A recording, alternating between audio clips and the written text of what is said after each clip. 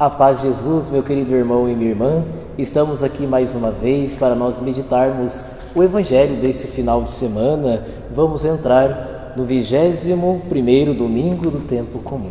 Então hoje vamos refletir o Evangelho de João, capítulo 6, versículo de 60 a 69. O Senhor esteja convosco, Ele está no meio de nós. Proclamação do Evangelho de Jesus Cristo segundo João. Glória a vós, Senhor. Naquele tempo, muitos dos discípulos de Jesus que o escutaram disseram: esta palavra é dura, quem consegue escutá-la? Sabendo que seus discípulos estavam murmurando, por causa disso mesmo, Jesus perguntou: isto vos escandaliza? E quando virdes o Filho do Homem subindo para onde estava antes, o Espírito é que dá vida, a carne não adianta nada. As palavras que vos falei são espírito e vida, mas entre vós há alguns que não creem. Jesus sabia desde o início quem eram os que não tinham fé e que havia de entregá-lo. E acrescentou: é por isso que vos disse, ninguém pode vir a mim a não ser que lhe seja concedido pelo Pai. A partir daquele momento, muitos dos discípulos voltaram atrás e não andavam mais com ele. Então Jesus disse aos 12: vós também, vós quereis ir embora? Simão Pedro respondeu: a quem iremos, Senhor? Tu tens palavras de vida eterna. Nós cremos firmemente e reconhecemos que tu és o Santo de Deus. Palavra da salvação, glória a vós, Senhor. Queridos irmãos e irmãs, o eixo central desse Evangelho quer dizer para nós a quem iremos. Tu tens palavras de vida eterna.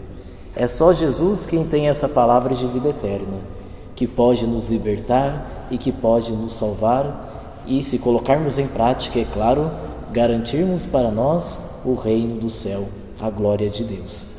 Por isso que no Evangelho alguns discípulos vão dizer que a palavra de Deus é dura demais. E os discípulos começaram a murmurar. Por que eles fizeram essa pergunta? Ou melhor dizendo, começaram a murmurar? Porque a palavra de Deus, queridos irmãos e irmãs, ela mexe com a nossa vida. Porque a palavra de Deus é verdade. Então a palavra de Deus quer apontar em nossas vidas aquilo que é de errado, que nós não podemos fazer no dia a dia. E a palavra de Deus quer mostrar para nós aquilo que nós devemos fazer. Fazer sempre a vontade de Deus e deixar de lado aquilo que não é da vontade de Deus. É o que está então no versículo 73. O Espírito é que dá vida, a carne não adianta nada. É o Espírito de Deus que nós devemos deixar com que nos guia e nos orienta, porque a carne sempre quer que nós fazemos coisas contrárias à vontade de Deus. Por que há tantas corrupções, tanta injustiça? Por que tantas pessoas hoje vivem nos prazeres carnais e assim por diante? Vivem numa vida de tristeza, numa vida de amargura, não vive numa vida de felicidade, porque sempre deixa ser conduzido pela carne.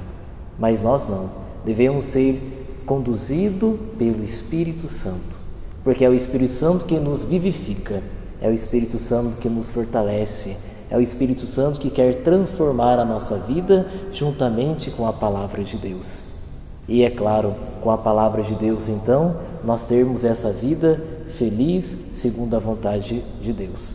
Como diz Paulo, não sou eu quem vivo, mas é Cristo que vive em mim. Para que Deus possa viver em nossa vida, querido irmão e minha irmã, nós devemos deixar com que o Espírito Santo fale no meio de nós. Devemos deixar com que a palavra de Deus se transforme a nossa vida, mas deixar com que ela manifesta nas nossas atitudes e em nossas ações. E no Evangelho nós percebemos que tem muitos discípulos naquela época que souberam que a palavra de Deus era dura e deixaram o caminho de Deus. Muitos deixaram de seguir a Cristo, mas muitos também, é claro, seguiram também a Jesus. Quantos irmãos e irmãs nossos que hoje também desistem do caminho de Deus?